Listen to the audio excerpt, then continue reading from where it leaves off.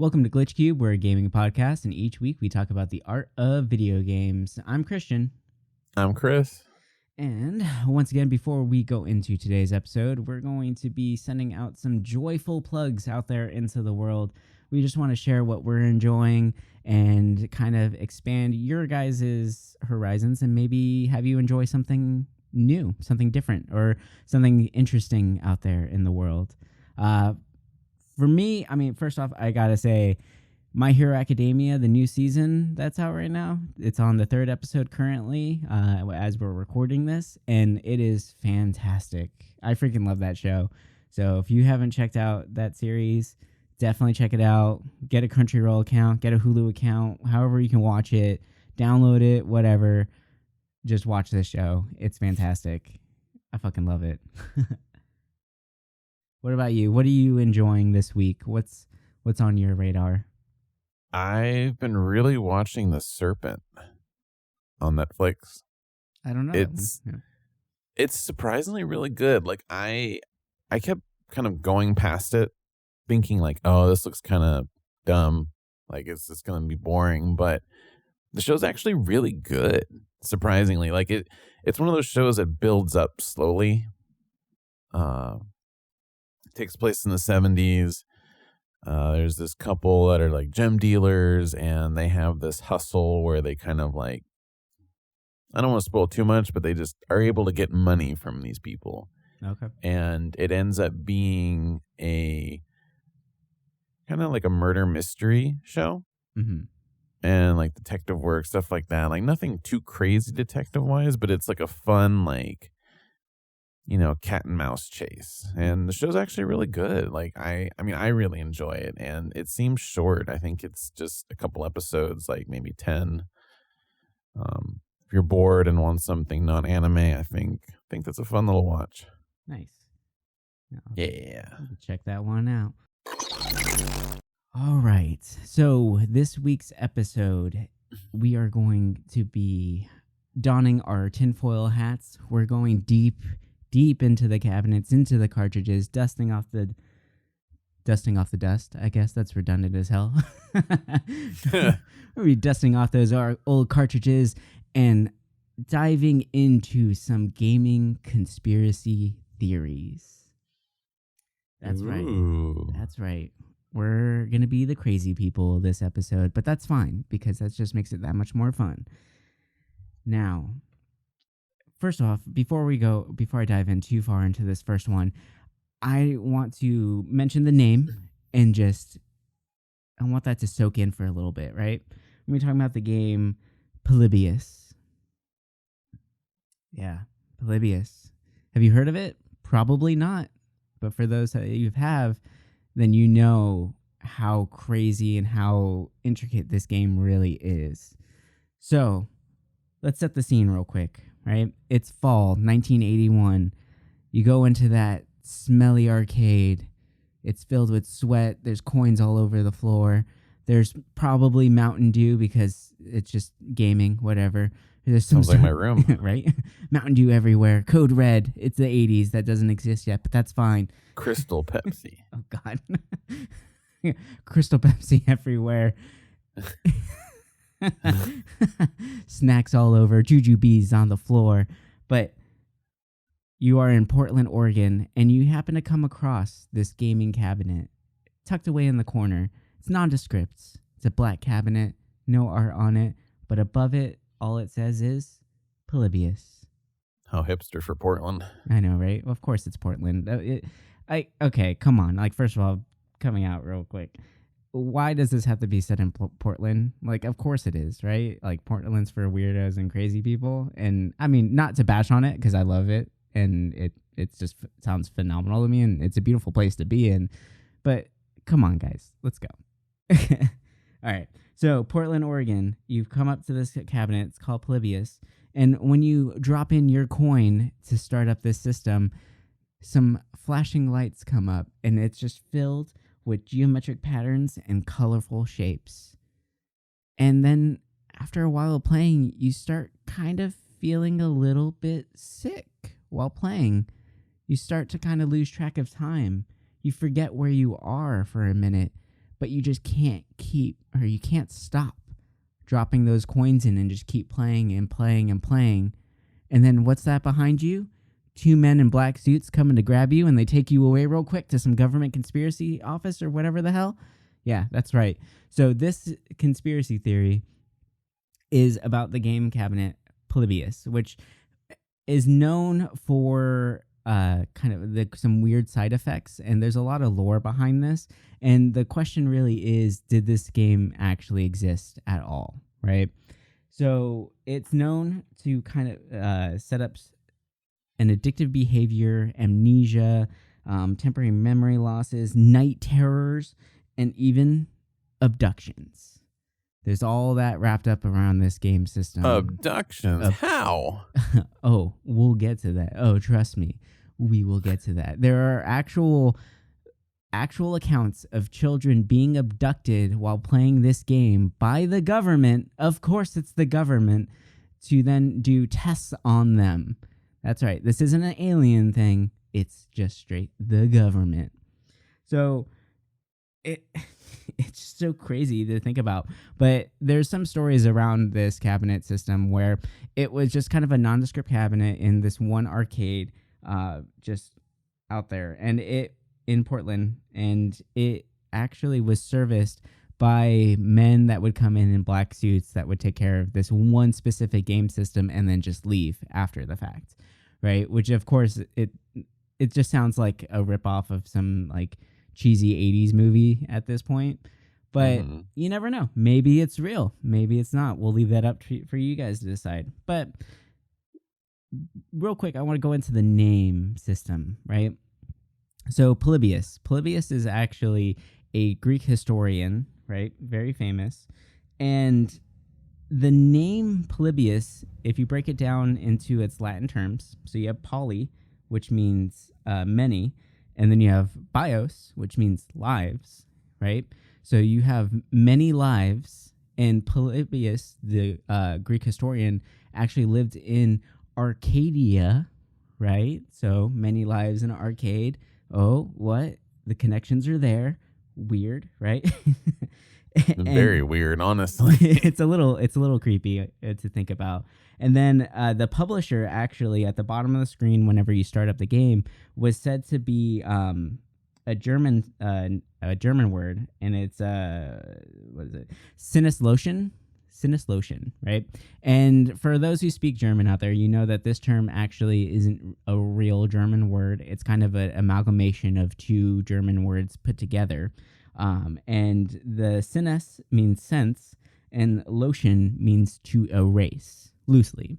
So the publisher, Sinneslotion, means to erase all senses. Now, tying back to the side effects of this game system, where it was said to bring on amnesia and people would forget where they were and they were getting abducted, it just kind of adds and intertwines those threads even more tightly, where it feels even more like a true government conspiracy. Now, I'm sure a lot of you are probably thinking out there that this is complete bullshit, but I kid you not, there are actual true story events of children actually being abducted, and one of those abductees is Mr. Bobby Feldstein. Now, who? That's right. You never heard of Bobby Feldstein?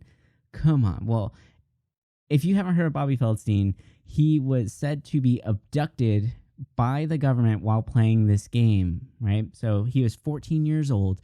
He was playing it, and then two men in suits came up and grabbed him, and they took him through a tunnel system that is supposedly, this ties into another theory or another conspiracy, that there are some tunnels built underneath Portland that were used during Shanghai trading. So it was used to illegally move people around. A lot of Chinese people when they were building the railroad systems and whatnot. So this story actually ties into that one as well, which is kind of crazy to think about. But when Bobby woke up, he actually woke up in the Tillamook State Park, 60 miles from his home, with very little memory of what actually happened to him. And with him was another boy that apparently helped get him out of the government facility that they were testing him on. Now, what Bobby does to this day is he actually gives live tours of his experience through the original arcade and walking up to Tillamook State Park so that you can kind of put the pieces together. And he says that he does this. So he says doing the tours is a way to exercise my demons on a daily basis. So he's very traumatized by this event. This is a real thing for Mr. Bobby. And he wants to put it out there and make sure that people know that this actually happened, that he actually went through this ordeal, which is crazy. Now, mind you, he is charging for these tours. There we go. There we go. I was waiting to hear that. The tours are not free, so his demons do cost some money. Don't know how much they cost, but don't all of ours. They really do, right? There's a charge for everything. So what do you think about this, Chris? I'm curious. What do you think about this theory real quick? Because I believe in alien abduction and whatnot. And I'm sure the government does do experiments on us without us really knowing. At some point, they've done it. Maybe something in the water. Who knows, right? This is me putting on my tinfoil hat real quick. But what do you feel about the Polybius theory? I mean, we've all seen Men in Black. We know when the FBI takes you, they use their little flashy pen on you and you forget everything. That's right. So how is this kid remembering, oh, the government took me? Like, yeah, that's true, right? This is like something I would hear on Coast to Coast, like is it real? I don't know. Are there walking cows everywhere? Who knows? Maybe there is, but walking cow. Maybe cows really can go downstairs, and that's another conspiracy theory in itself. Ooh, they can if you push them. But think of cow tipping to the extreme.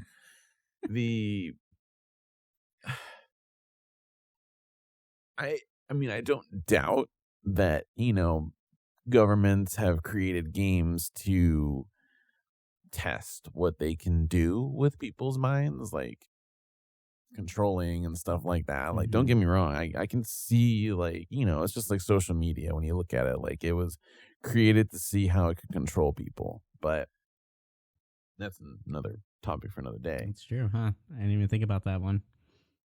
So what was the difference between back then with games? And I mean, games were big back then, right? Like, it was the new Kool-Aid for everyone. And there was a lot of mystery behind the games too, right? There was a lot of concerned parents that would say these games are rotting your brains, you're wasting your time and all that. And that's still happening now, but I feel like it was more looked at as like a time waster back then, even stronger. I mean, look at the games back then. It's like, hit the ball to the other side. It's pretty brainless back then. Mm-hmm. So, I mean, it makes sense that parents would be against it. But it's just,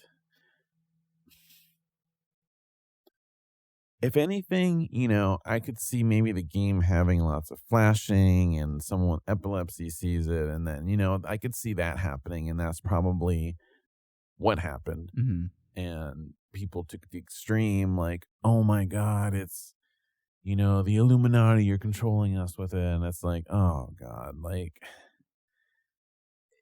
it was probably all created by the person who made the damn game. So people would go there and spend the coins on it. Yep. I mean, I'm not going to downplay anything, but maybe that guy that's doing the tours, like Mr. Bobby, it was all his plan all along.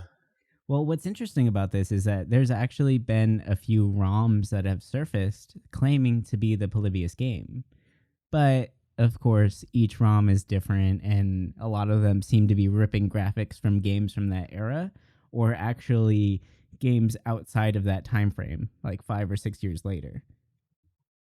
So it's kind of tough to really say, like, is this really the Polybius game or not? Because there are a lot of fakes out there, people jumping on the bandwagon and all that. So it's hard to say. And the fact that supposedly there was only one cabinet ever made, like, that's a lot of work to put into just one cabinet. You would think if it's the government trying to do some tests on people, they would want like kind of a wider pool, right?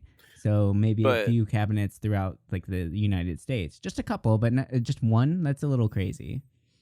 I mean, yeah, just one seems weird, but imagine if they had like 500 around the states and then randomly all 500 disappear. Like it would That's be a bigger story. more. That's a bigger tell. Yeah. Yeah, whereas like one goes disappearing, it's like, okay, whoever made it realize like, oh, our game sucks, like we need to pull it. Hmm. It's like, so I mean, it's just weird. And I mean, Portland, I was actually watching a video maybe like a month ago, and there was an incident. This is totally unrelated to this, but it's another weird thing that happens there, right? Hmm. There was a like payphone, and apparently, like, you would call, like, you would use it, and it would call like this really random number, and it was like as if someone was talking to you through, like, I don't think it was space, but it was something, Hmm. and it was only in Portland. And then That sounds like a performance art piece. yeah, but this was like I think in the 90s or something. So like it was just really random. I know there's articles out there about like weird payphone urban legend Portland or whatever, Hmm. and it was just a really weird story. I forgot. I want to say it was like Happy Valley or something. I think that's what it was called, but Hmm. That's it was already really weird. suspicious to me. Come on, Happy Valley. I know. I don't know how happy it really is. The happiness was the call all along. Oh. But yeah, Is that it's what that just movie is about? The Will Smith movie? It's about a payphone in Portland. It makes you happy when you call Pursuit it. of Happiness. Yeah. No. Stupid. But yeah. Yeah, this is a crazy story that, I mean, it has not been fully confirmed. You can buy Polybius cabinets on eBay currently, apparently, but What? yeah, they have listings of cabinets every once in a while that come up, and people can purchase them now. You could put anything in that and say that it's that. Yeah. How much are people actually paying for these? A decent chunk of change, honestly, and it's all for the lore. It's for, at that point, I feel like it's kind of like just showing off a little bit, where it's kind of like having an interesting book on your coffee table that you never read, for whenever you do happen to have guests and you can pretend that you've read something. 19 watchers, $1,400. Best offer. Yeah, see, there you go. Right. Easy money. Get a cabinet, get a Sharpie, It's just one, write too. Polybius on it, and you could probably It's make the some money. one. You never know. Dude, people are buying arcade marquee. People are buying shirts with it, pins. Dude, you could just make shirts and make a ton of money. Yeah. Yeah, there's a lot of this. I feel like this is probably the biggest or like deepest conspiracy theory in video game history. Like, there's some other ones that are really interesting, but I feel like this one has the most notorious roots to it. Oh, this arcade cabinet has almost 12,000 games installed, runs off quarters. Oh, see? So it's like a ROM arcade, it looks like. Because why would it have 12,000 games on it? Yeah, so it's definitely a hacked arcade Oh, system. yeah, I can see a shmup on there. Yep. So, do you have any other conspiracy theories or just crazy lore out there for our viewers, listeners? Whatever. So this actually exists. Like, this is real. Maybe I just never. What do you knew mean? this, Polybius but exists too. Come on. Yes. Yes, that's what the government told us, right? Yeah. Um, They never lie. Exactly. They're so honest. Yeah, love them.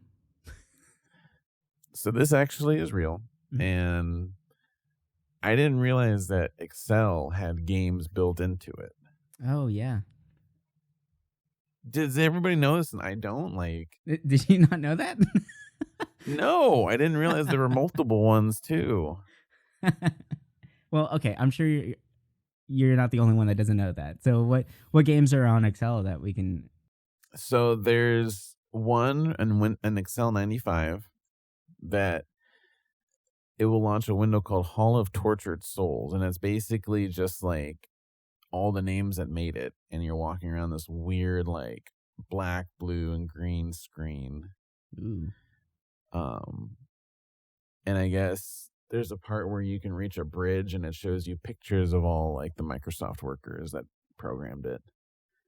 Just kind of cool. That makes sense. I mean, with the amount of hours that these programmers dumped into these systems, especially Excel. Yeah. There's so much hidden crap in that. You never know. You know what? There's probably a lot more secrets hidden in those Excel sheets because it is very confusing to try and figure out all that crap. Oh, yeah. Even just trying to move one column to the other is super confusing. I don't know why they didn't make that easier.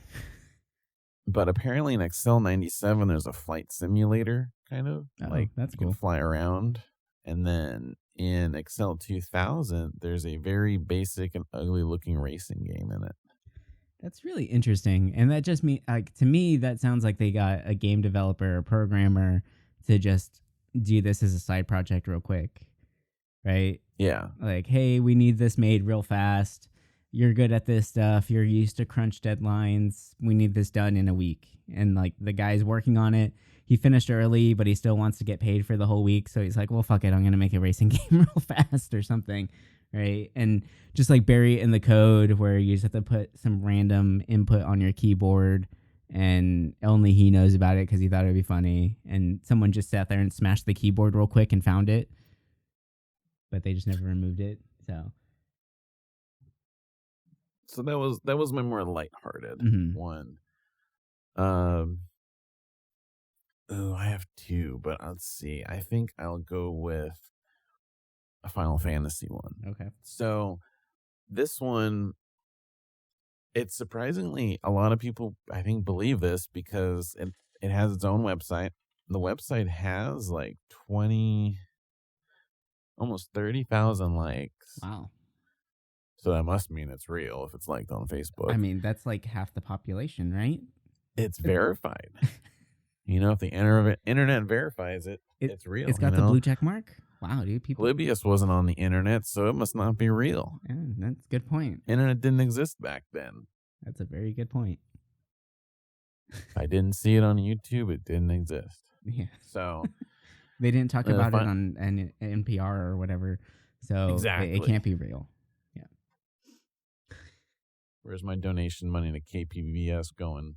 Yeah, really. I got a used car I need to sell. So, Final Fantasy VIII. This isn't really a spoiler, but so apparently, if anyone's played it, there's an idea that the main character actually dies at the middle of the game. Oh. And that everything after it is actually a nightmare. Well, I mean, that whole game's a nightmare, but whatever. You didn't like Final Fantasy VIII? I'm just kidding. I'm just being a smart ass. I know. But it is kind of a nightmare, honestly. It's hard. The game's hard. Unnecessarily. The game was just weird. Yeah. I don't know. I played it when I was younger, and I learned how to like use the draw system to my advantage, so it was never too difficult for me. But I don't know. I just felt like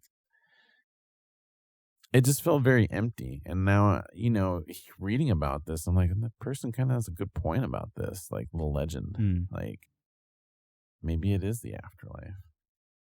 So what do they have to back that up? I mean, there's some things in the story that, like, kind of, I mean, they're... All right, spoilers. Yeah.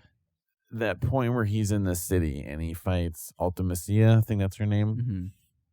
She throws that ice shard at him, remember? Oh, yeah, yeah. Mm-hmm. And it, like, just basically goes right through him.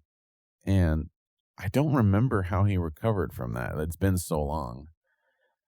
But there's that. And then there's the whole conspiracy of, like, Laguna being actually him in an alternate reality, or if it was his father, or the girl's father. And it's just, I feel like that game has so many, like, weird ideas that it's hard to keep track of what it actually is. Mm-hmm.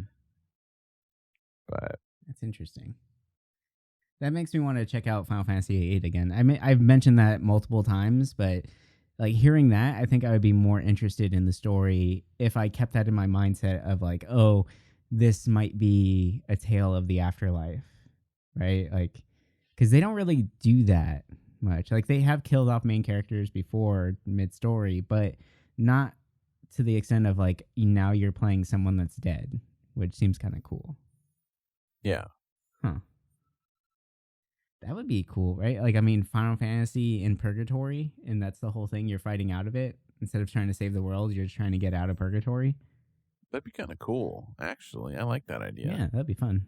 TM, that's ours. Don't take it. Right. That's our next game ideas episode. Yeah, call us up, Square and Sony. Yeah, you guys can finally make a good game again. Oh, damn. I'm not saying that was a lie. Hey everybody, just jumping in real quick. Just want to say, first of all, thank you for continuing listening, and obviously you're enjoying it because you've reached the middle of our episode. But before we continue on, we just wanted to remind you all that if you are truly enjoying what you're hearing and you want to learn some more about us, you can find us on social medias, and we have links in our description, and you can find me and all the drawings that I'm doing on Instagram at Kieran, and that's Keuran. What about you, Chris? You can find me at Sloppy Cube on Instagram. That's Sloppy and Cube at the end of it. I do all retro games or just games in general, so if that's your thing, check me out. You can also message me about ideas and anything, because I love talking. Yep, we both really enjoy talking, obviously, because we are recording a podcast. So if you want to join in the conversation, please reach out to us on the Discord, and let's get right back into this episode.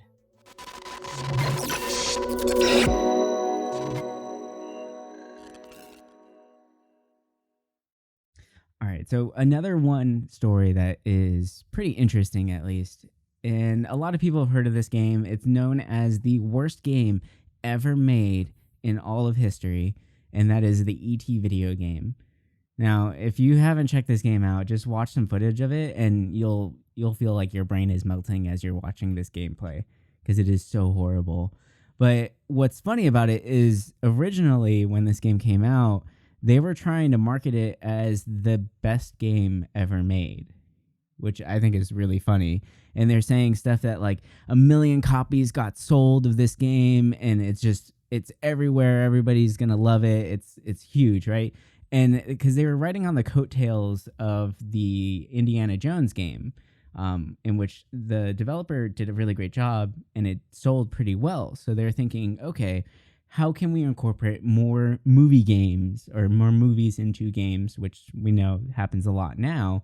And they do, regretfully. They do decent, but they're never great games because they're trying to rip from a story that's already there, or they have to stay too close to the canon. You can't go too far out of it, right? Well, I think that's why Indiana Jones worked out, because a lot of those games based off of it are like their own actual side stories. Yeah, like, I mean, look at the Lion King game, right? Like, it's a fantastic game, but they allowed the developers to just take the IP and take the characters and kind of the general theme and then make something fun out of it, right? So riding on the coattails of the Indiana Jones game, the developer goes off and he's talking to Spielberg, and Spielberg's like, okay, well, E.T.'s coming out. We need to make a game for this one too, but we want it done at the time of release of the game, right? So I believe they had like 36 hours to make this game. And in 36 hours, he did actually make a game. And I have to commend them for that, because that's insane to think about. Now, is it good? Hell no. It's a horrible game. It's as we know now, it's the worst game ever made. And what's crazy to think about is that they pre-ordered over 1 million copies of this game, and then out of nowhere, all the copies just vanished. They're gone, right? And later on, we come to find out that there's a landfill out there that is filled with 1 million copies of the E.T. game, because it was just that bad, where no one wanted to play or buy this game, it's sad, but it's just crazy to think that there's actually games out there that are that revered as a hated title to then just get thrown into a landfill, never to be seen again. It's just nuts, which is, I mean, it's cool. It's fun. It's kind of crazy, but I do feel bad for something really crazy. What's that? So a complete inbox of the Atari ET average price, it seems, looking at the sold listings on eBay, are all going for around $40. So imagine if you had all 7,000 copies they threw in the dumpster. Something like that, yeah. You'd be rich. Yeah. Wow, that's crazy. I mean, it'd be covered in dirt and destroyed, but there would obviously be some maybe buried underneath that are like completely wrecked. A decent. Yeah. But what's nuts is they actually got like archaeologists to go and find this freaking landfill of games, and they were able to dig up some actual remnants of something. So it's such a weird thing to think about that they had to get actual archaeologists to find this title. And I think that's adding to the overall price point of this Atari game, which should be worth nothing, right? It's the lore is what's setting this price right now for sure, because it's pretty bad, where you have like Michael Jackson lookalikes coming up and trying to steal you away and all. It's horrible. It's a horrible title. So what's weird is that Spielberg actually signed off on it too. Yeah, and I think that's. I was listening to an interview saying he thought it was fine. There's no way that they actually played that game. There's no way. Oh, hell no. There's no way they play tested this thing. It's just no way in hell. Because if they did, like, I guess maybe looking back at it retrospectively, like, yeah, it makes it seem like that game should have never even come out. But with how everything was set up then, the time crunches and everything they were going through, maybe it got pushed out there.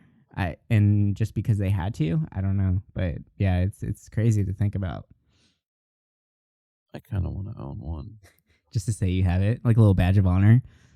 Right. That could be. I'm not going to pay that much money, though. If I don't even collect Atari. Ugh. I know, right? That's going to open up a whole new rabbit hole for you of collections.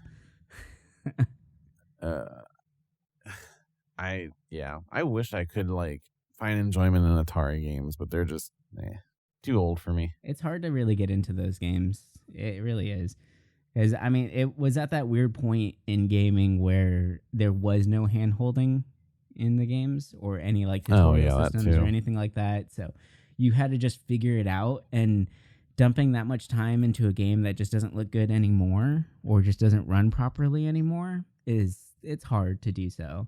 So unless you grew up in that time or you have those nostalgia feels, or if you're just trying to, complete every game or play something from every system, there's really no point in going back to those. Like I mentioned this before, that there's a game designer that when his child wanted to play video games, he actually made them play from the beginning before giving them the newest console, so that they can get an appreciation for games, which I love that concept through and through. But it's, unless you're doing something like that, these older games just kind of don't really hold any clout anymore. Yeah, I've thought about that too. Like, go back and like have to play everything throughout so you can see the evolution. But I mean, I feel like the Atari was it's great in the sense that it's like you see the evolution from arcade to home, but it's not like the NES or the Super Nintendo or the Master System levels of like seeing the evolution of, games slowly getting better, over time. Like Atari games never really looked that much better throughout at least for the 2600, right? Like a later Atari, like the PC Ataris, you kind of see some kind of evolution in the graphics a little bit, but I don't know. If I have kids and I have them play games, I probably would start them off like the Super Nintendo or something. Yeah, at least let them have some fun. Yeah, exactly. I'm not going to torture them with that. Yeah. It's basically like you're going to be waterboarding your children if you do that to them. Pretty much. All right. So the final concept or conspiracy theory that I have for us today is a doozy. Are you ready? Because I'm ready. Because, oh boy, this is my favorite one I've ever heard. Okay, so did you know that Mario is actually a communist? Yeah. Let that soak in for a second. Deep state media is this? Just let that soak in for a minute, right? This most beloved character in gaming history is actually a symbol for communism. And there's truth There's facts to back this up 100%. Truth. There is truths, universal truths. Are you ready for this? Because, oh boy, this is a doozy. Oh boy. All right, so. Oh God. This is some like cube anon bullshit. Oh yeah, it is 100%. This is. I'm gonna be I have to channel my inner Charlie Kelly and Pepe Sylvia right now because I feel like I need to start like tying off strings on my wall real quick and making these connections because it's all there. And it if you dig deep enough, you're gonna find it all. Trust me, it's 100% true. All right, so all right, to start, look at Mario. Okay, look at his design. Right, what's the biggest, most iconic thing on Mario?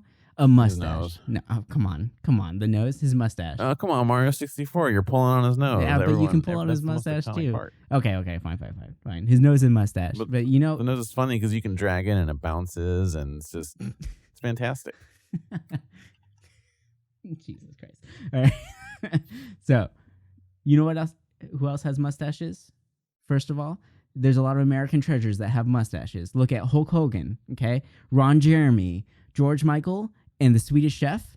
They all have mustaches. But you know who else has a mustache and a very prominent one? Stalin. Okay, just got to throw that there. Stalin has a mustache. He looks just like Mario too. He's got the big bulbous nose, the big old bushy mustache. He's got the black hair, all of it. He's all there. A little rotund. He's got a little bit of a belly. Mario's got a little bit of a belly too. So the connections are already there. Like, I don't even need to continue on. It's done. There you go. He has to be, right? And then if you look at the end of every single Mario level from Super Mario, when you climb up the flagpole, right?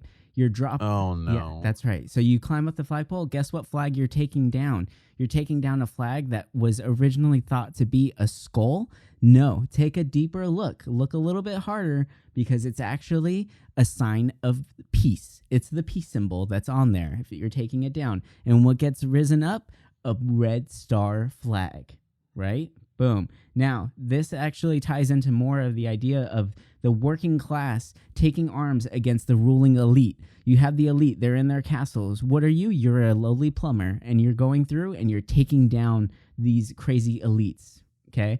Now, think about it. We're jumping up a little bit further. We got N64 Mario. Metal Mario becomes introduced. You know who else was a metal man? Or the Man of Steel? Stalin, once again, okay? That was his nickname. You can't beat him. He's Stalin. He's Man of Metal. He's the Man of Steel, just like Metal Mario, right? Now, another iconic image from Mario games, the mushroom. It's red with white spots, something that you would not think is around, or it almost seems like you just can't find that kind of a mushroom. Where are you going to get it? You can't get that at the grocery store. All you got is porcinis and crimini mushrooms, right? You got the white mushroom, but no red with white spots. But where can you find a mushroom that is red with white spots? It's called in the forest. It's called the Amanita muscaria. Amanita muscaria, yeah. Yeah, it's red with white spots, and guess where it's mainly found? In the Siberia. Oh my God! You can buy them online. No, it's predominantly found in Siberia. Okay, so there we go. Boom. Now here's another thing. Okay, they're fun to eat. Here's another thing. Kind of. His red color, right? Red curtain, right? Right? Russia, everything. Now, Nintendo originally claimed that the red color was because they wanted to increase the contrast between the character and the blue sky background. Now, if you're trying to create contrast for all your color theorists out there, what is the exact opposite of blue? It's actually orange. So if they wanted to create the most contrast between the characters, they should have made Mario orange, not red. Another tip. His skin was orange. No, another tip to the hat tip of the hat to the Russian communist regime. Yes, 100%. That's why he's red. No. And the orange tint on his skin has to be because of the glow from the red hat, because of how bright it shines like the red star. Then we go into Wario, right? Wario is a part of this too. He comes into play 100%. Wario is exactly how they would draw the capitalist or the ruling elite, how they would be drowning in money and blinded by how amazing being wealthy is. He is the propaganda posters. That's why you have Wario being defeated by Mario, a lowly plumber. Once again, the working class is overthrowing the ruling elite. Now, as far as tools, as a plumber, You would think that he has a wrench, but no. What tool does he use? He uses a large hammer. Now, this hammer is very iconic. You know where else you can find a very large hammer? With the flag on the hammer and sickle. You got communist right there. Why is it a hammer? Why does it have to be? He's a plumber. It definitely should be a wrench. It makes no sense unless you're trying to pay homage to the hammer and sickle. It has to be there. Now, He just likes banging pipes with a hammer. No. It has to be hammer and sickle, 100%.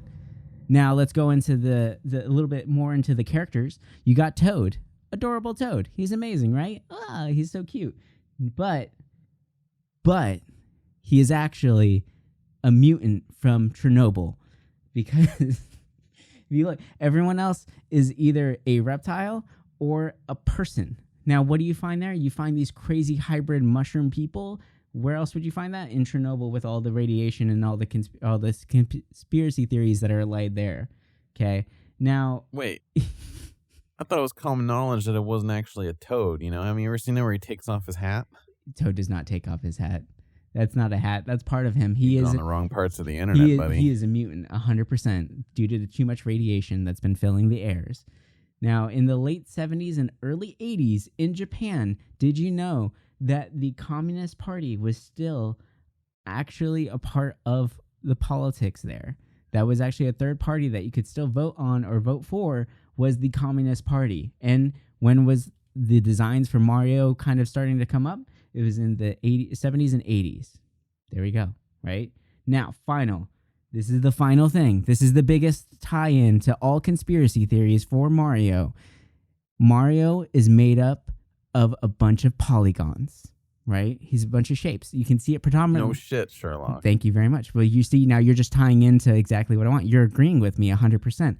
So what is the predominant polygon that Mario is made of? Triangles. You know what else is triangles? The Illuminati. The Illuminati is taking over everything, and they own all of the gaming systems. They control everything, and they're trying to control our brains. Just like Polybius is trying to control all of our children and get them to become super soldiers and join the Communist Party. Done. If I could drop my mic, I could, but it's on a boom mic. You know, you cannot deny the truth that Mario is actually a communist. Thank you very much. This is some deep lore into the Mario Gate. That's right. Mario Gate. I'm out of breath. And, you know, this whole time you're talking about working and all that, and I'm like, dude, there's one thing you're missing, is that he's wearing the worker man's clothes of overalls. There you go. That's tying in more to it, 100%. You got the working class taking over, I think, overthrowing the hardcore elite. You're missing the biggest thing. He's wearing red, white, and blue, the colors of America. So you need to step the fuck back, commie. You know, you can see what you want to see, but I will choose my own reality that I will enjoy. What was that? Plus, why is he so insistent of being with Peach in a castle? If he was a communist, he wouldn't do that. Right? Speechless. So, thanks for listening, you guys.